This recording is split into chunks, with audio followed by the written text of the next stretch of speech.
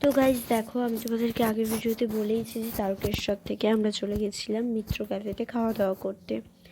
তো মিত্র ক্যাফের ভেতরটা তো দারুণ, অসাধারণ। আর মিত্র ক্যাফেতে এসে ছবি তুলবো না, এটা তো হতেই পারে না। তো তাই জন্য দেখো, আমি অনেক ছবিও তুলে নিয়েছি এবং ছবিগুলো তোমাদের সাথে শেয়ারও করছি। তো এই আউটফিটটাতে আমাকে কেমন লাগছে অবশ্যই তোমরা কমেন্টে জানিও। আর ভিডিওটি ভালো লাগলে অবশ্যই লাইক, কমেন্ট এবং শেয়ার করো।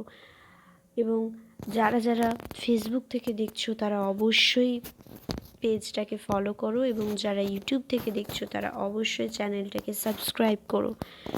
তো এখানে আমরা অর্ডার দিয়েছিলাম ফিশ ফ্রাই আর বিরিয়ানি। তো সেগুলো অর্ডার দিয়েছিলাম, যতক্ষণ না আসে যতক্ষণ আমরা ফটোশ্যুটই করে গেছি। তোমরাও কারা কারা মিত্র ক্যাফেতে গিয়ে এরকমভাবে ফটোশ্যুট করো অবশ্যই কমেন্টে জানিও।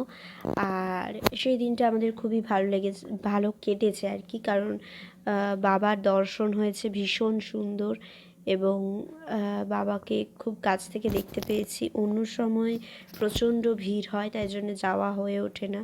তো এই সময় মোটামুটি তারই মধ্যে ভিড়টা একটু কম ছিল, কিন্তু তাও খুব ভালোই ভিড় ছিল।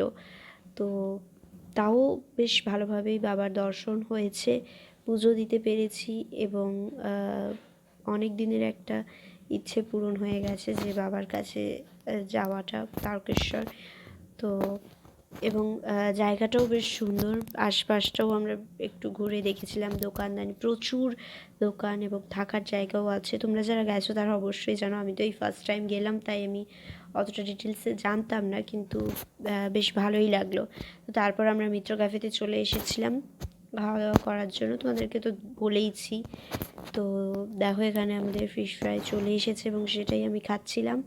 এরপর আসবে বিরিয়ানি।